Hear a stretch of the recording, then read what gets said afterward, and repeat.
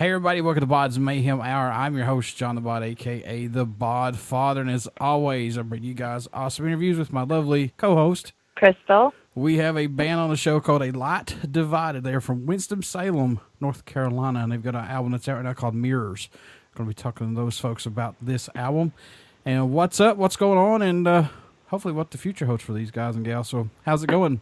Hey, how's it going? I hope you guys are having a good night. Yeah. First off, why don't you guys introduce yourself? All right. Hi, I'm Doug. And I.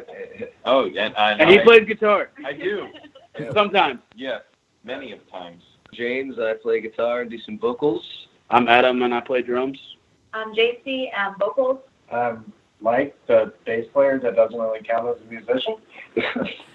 Well, he said it. Or a person. Or a person. I got you forward to get that out of the way as soon as possible. James forgot his own name. We beat him down enough where he just accepts it now. He knows his place. I know my role. So let's jump right into this, guys. What's impressed you all the most about making the album Mirrors? What's caught your eye about it, if anything, for you all? I would say we took our time a lot with this one, which was really cool, and really pushed to make the songs better. And I think we ended up with a product that we were pretty happy with. Yeah, we decided to just go for it, balls to the wall, and just see what happened. And that was sort of the first time that we just didn't count anything out. Like, oh, should we do this? Should we do that? We're like, fuck it, we'll just do it. Oh, can I say that? Oops. Sure. Yep. Yeah, you can. Okay. You can cuss. It's okay. Oh, finally, really. I meant to ask that in the pre-talk thing. Yeah, go right ahead. I don't give a shit. Fuck yeah. Comment. Fair enough. Finger gun. How did you all like working with Kyle Odell, who produced your album? We had worked with Kyle a few times before this, and he is a friend of ours from long ago. He's been in bands that we've played with a lot, and actually he's in a band now called Failure Anthem that was signed to Residence High, and is I think tonight in San Francisco. No, he's in Vegas. Is he? Yeah. Mm-hmm. Anyway, so they're touring the country like crazy. So working with Kyle was just a continued the next step of the evolution. Yeah, I've always been a fan of the bands that Kyle's been in and the way that they sound. So going to Kyle for Mirrors was just an easy choice.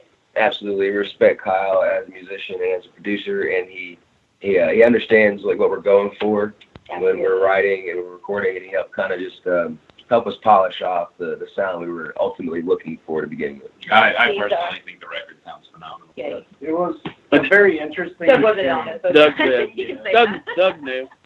It was an interesting experience considering how long I wouldn't say long it took us to write the record so much as how he would suggest different ideas and just sit there and try it. I mean, why the fuck not? Yeah, our But secret also, member. As we were in the studio recording, it's like, hey, try this idea, and just sit there and edit everything as we're going. So it was, I guess you could say, a very quick process as far as editing, mastering, and everything else. Yeah, Kyle's fantastic at what he does. Any songs off the Mirrors album that stand out more to you guys than any for each of you? For me personally, I think our lead-off single, You Can't Miss the Bear, holds a special little place in my black heart because I just feel like that song in particular sort of encompasses what the entire album is about. I guess I gave the wrong answer. My phone's down to the 10% mark, and apparently it's not charging. Mike's I was not ready We're for that sound. good for a little bit. Funny.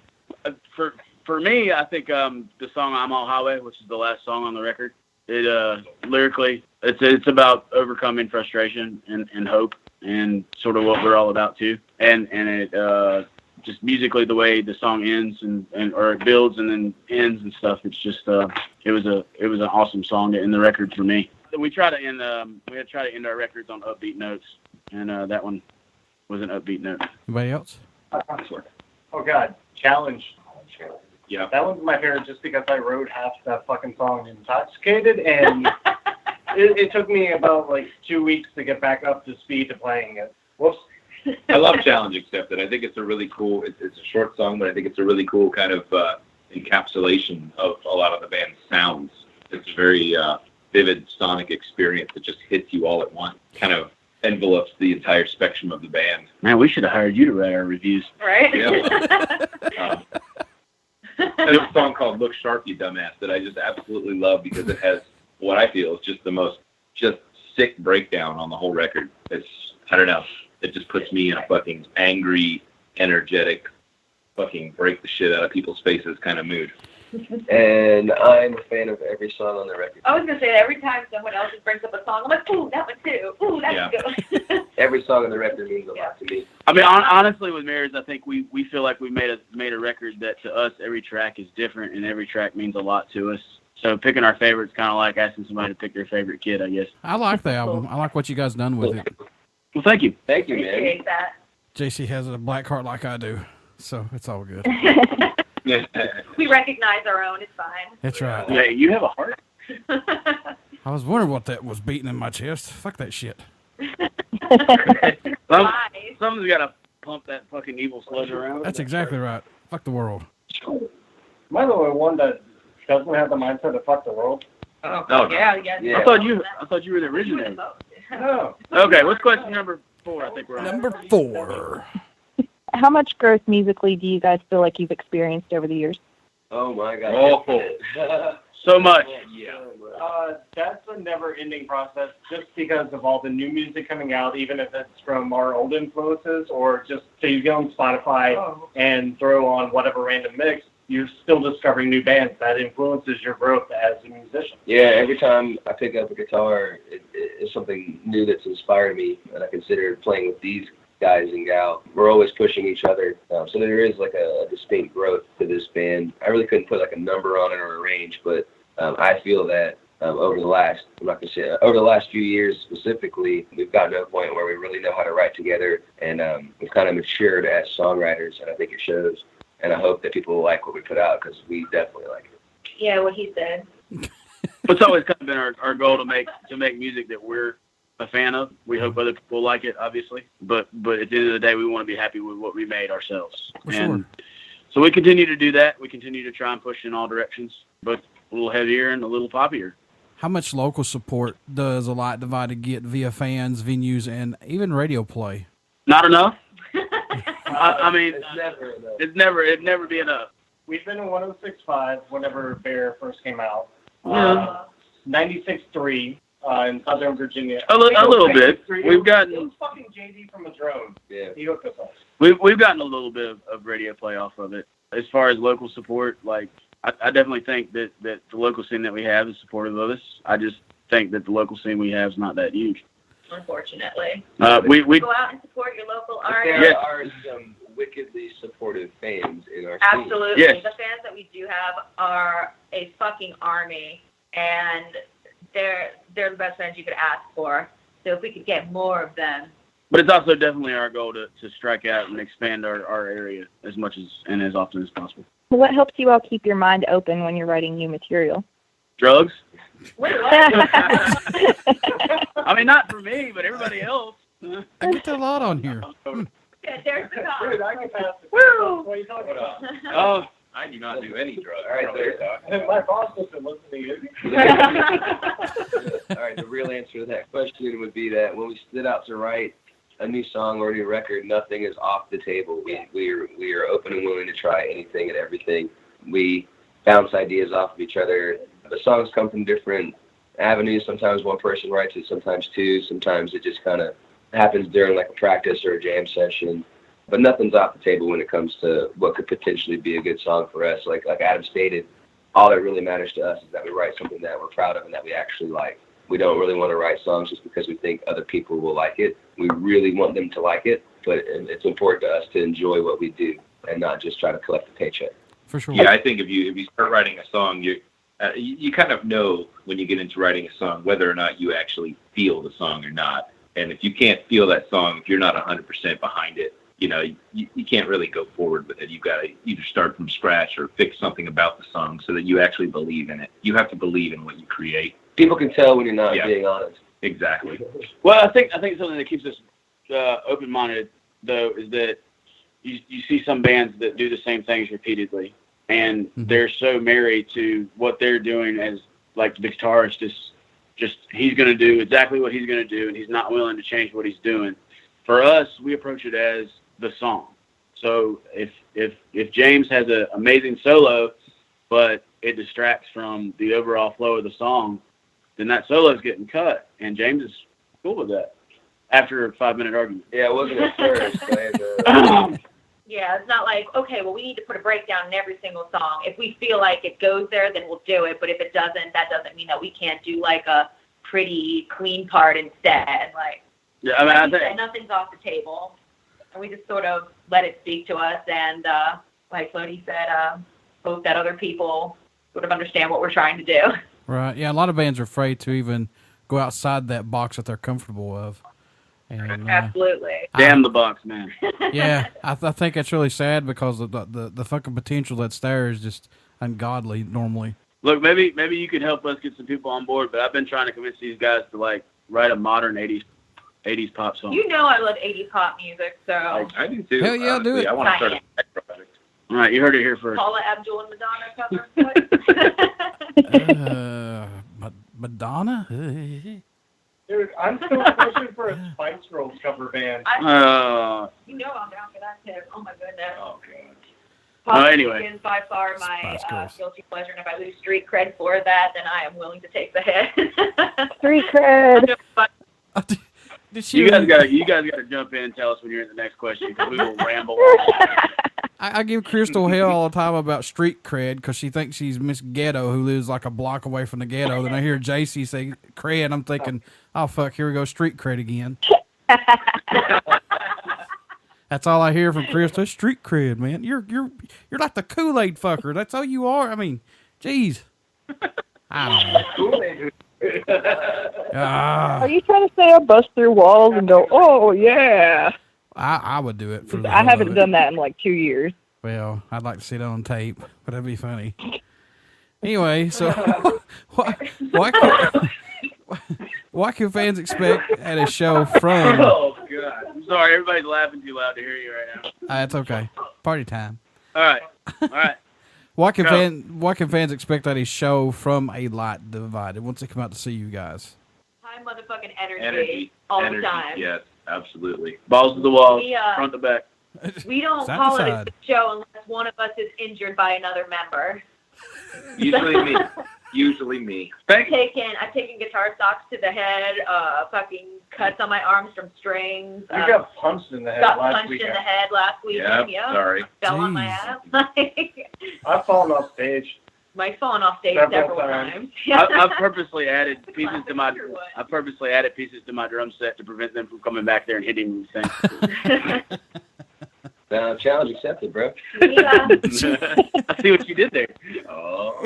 We talked earlier about needing to feel the songs, and all of us really do. We take those feelings out in our live performance, and we really just go for it. We're not comfortable with just standing there and looking not so pretty. Exactly.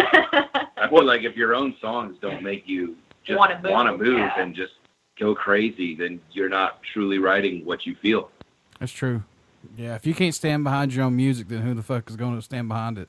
Exactly. Damn straight. I also feel like people come out to a show to be entertained. They don't just want to hear their music. Right. They could sit at home and listen to your music. If they're coming out to see you, they want to see a show. They want to watch you. They want to be entertained. So I feel like you need to do more than just play. You need to literally Kick it up. put on a show, entertain them, like give them something worth watching, keep their attention. This question is for JC. How did it feel to win Best Rock Female at the Carolina Music Awards?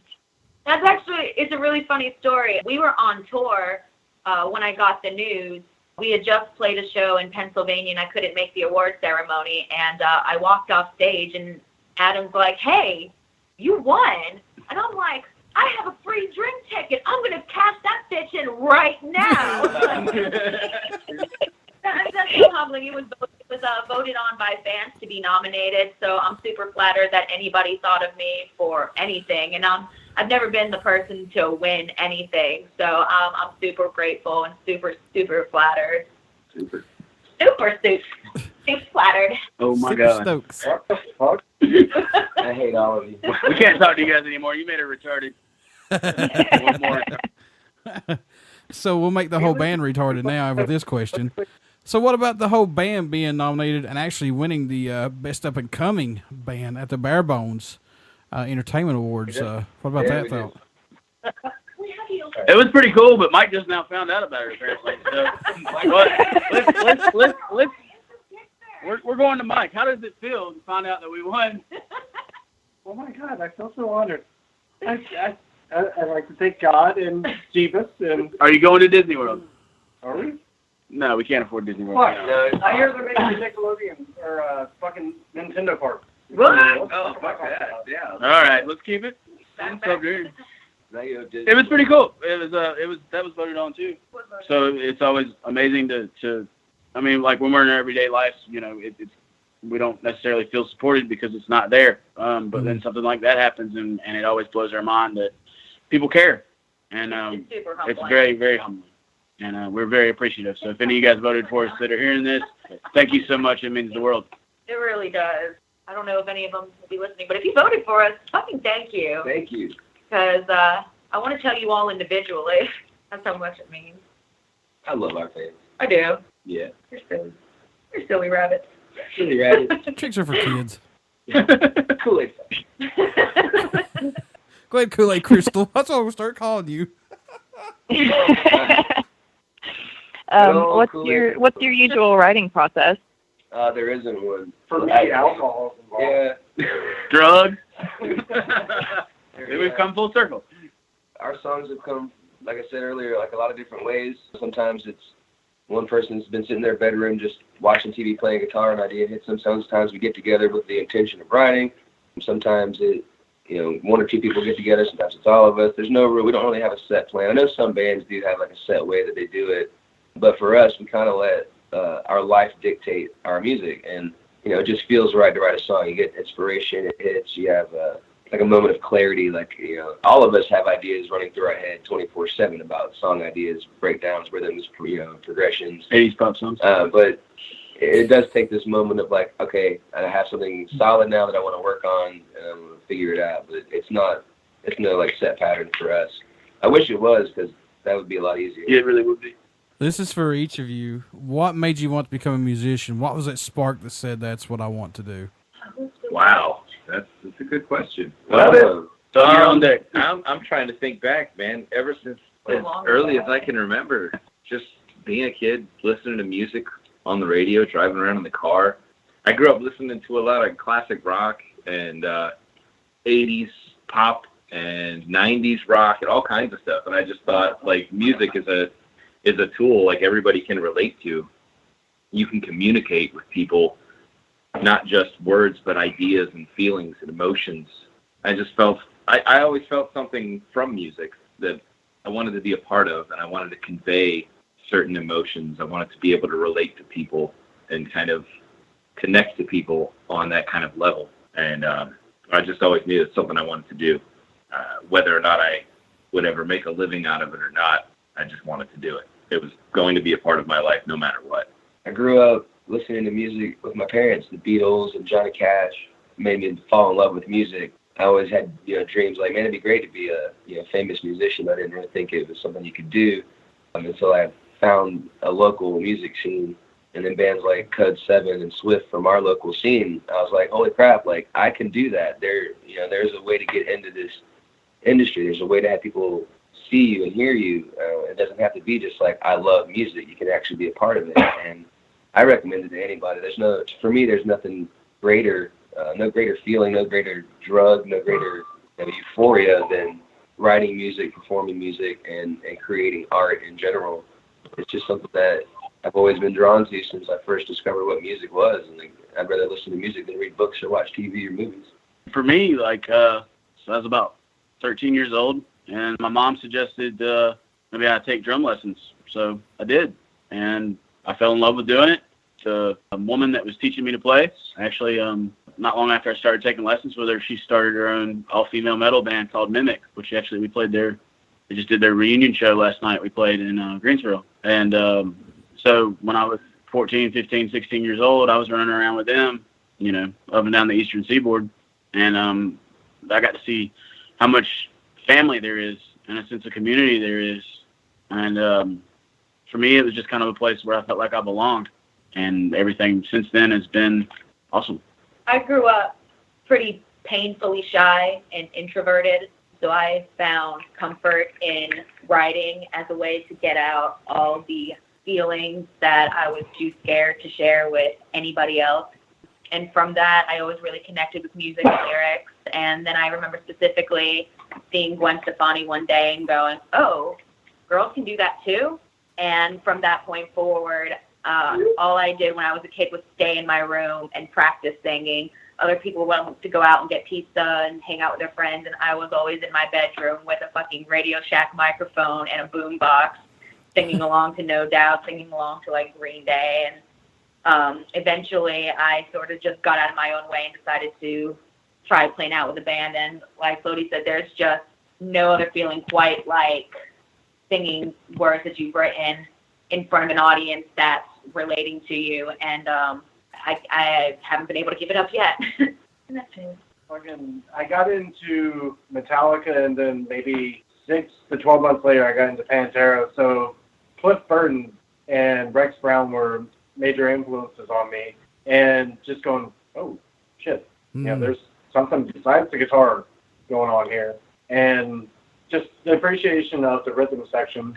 And now, like, my current influences with Joe Principe from Rise Against, Chris Number 2 from Anti-Flag, encouraged me to try to give a positive message with the music, and also that understanding between musician and people watching. Like, everyone has experienced whatever you're going through, whatever you're trying to express in song at one point in their life.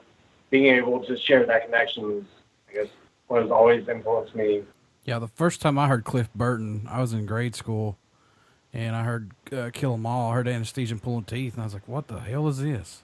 Oh, yeah. Oh, that weird, like, super overdrive. I mean, that's what made me even remotely want to even start trying to play bass.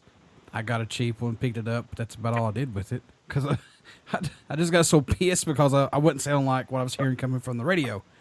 I was like, no, the hell with this. Yep. But yeah, Cliff Burton is like my all-time favorite bassist. I mean, I don't think there's anybody, no disrespect to anybody out there right now, even the national band and stuff, but there's nobody that can come close to that guy still to this day. How does it feel when you all have fans come to you and tell you that your music has had a positive impact on their lives? I run. It's weird. That's the appropriate response. Have somebody tell you that a song has helped them from committing suicide, or helped them get through a difficult breakup, or something that they were dealing with at a job or with parents or something like that. And you're like, really? This little nothing that I created in my bedroom can help somebody? I mean, it's I don't even have words for it. I really don't. Exactly. Like, I really can't answer that question, because the feeling that I get, it's truly unbelievable. It's unbelievable. It's humbling. It makes me happy that, you can help somebody. Never thought that anything that I created would ever have an impact that great. And like, Absolutely. I think a lot of people put a dollar amount on success, but the first time someone told me that a song that I wrote helped save their life or got them through a hard time, like, I instantly felt successful, and I instantly felt that I had achieved everything I ever wanted to achieve. Like, that was the whole point of making music. That's what it did for me. Yeah, all I Exactly. from being a little girl, I wanted to do was feel like I was heard. And for someone to be like, I heard you, and it helped me too, is fucking incredible. Yeah, That's exactly why we do that. I think as musicians, creating what we create is, in a way, our own kind of therapy for ourselves. It helps us get through our own times to kind of process things and get it out, and just kind of express how we feel. And the idea that other people can relate to it, or that it can actually help other people, I think there's that idea that just somebody else understands what you were going through. And I think it works both ways, whether you're a fan of somebody and they write something that you totally relate to, or whether you're writing something and somebody else is that fan and they tell you that they feel the same way. There's that deep connection that you may not be able to get through any other form other than music. And I think it's just magical. I think all of us have bands that have changed our lives or saved our lives. And in some part we do what we do because we're emulating these guys that are heroes to us. So if somebody comes up to us and tells us that we've had the same effect on them, that these other bands and musicians have had on us, it's amazing, but also like mind-blowing personally, because it's just hard to imagine that something that I was a part of and that we've created has that same amount of influence on somebody as the influence that those bands have had on me. I just like to say, as a fan of you guys' music, Krystal got me turned on to you guys. Adam sent me the link to get it. I'm really impressed with this album. So, JC, Adam, James, Mike, Doug, thanks for what you guys are doing right now. Well, thank you for talking to us. This means a lot to us to have anybody want to hear anything more from us, because we're kind of weird and awkward, but we make it work, kind of, maybe. Hopefully you won't have to wait long for more. Our tentative goal is to have a new album out this year. So, Krystal, yeah, you wanna add anything, Krystal? I hope that I can catch you guys live at some point, because I haven't had the pleasure yet. Where do you live at, Krystal? I live in Beckley, West Virginia. You live in Beckley, you said? Yeah. Okay. No, I want to say someone associated with us has some clothing, whatever that. Yeah, Sayson. With the last show at Amos. Yeah, Sayson. Yeah. Right. Sayson's doing something with it. I'm not sure exactly what anyway. Oh, yeah, I might see you guys at the last show, Amos South End. Okay, we'll come on down. March 5th. I don't know exactly what time we play. It's probably it's a long show, and I think yeah, we're actually the only band Charlotte on it, so we're probably playing a little early in the day. But if you can come on, hang out. Girl. How can folks stay in touch with you guys, buy some merchandise, follow your tour dates and things like that, or just say hi? How can they do that? Facebook's always the easiest way for us. We also have Instagram, Twitter. Me and JC especially are constantly on social media. So we're addicted. We're addicted to our phones. So there was a reason that I only had 10% battery when we started the phone call. But yeah, you can always hit us up there. We have some stuff that we haven't announced yet that will be announced sometime very soon as far as the upcoming tour. And yeah. Hey, before I let you go, will you care to do a promo for the show? One of you all, it doesn't matter. It doesn't matter, just however you want to do it. Hey, this is JC from Alive Divided, and you're listening to BODS Mayhem Hour. Everybody stick around. We got some great music coming up, and you only hear these interviews right here on BODS Mayhem Hour and Uber City Radio from my lovely co-host, Krystal. Thanks, guys. Appreciate it. We'll see you next time on BODS Mayhem Hour. Thank you, guys. Now you're the golden.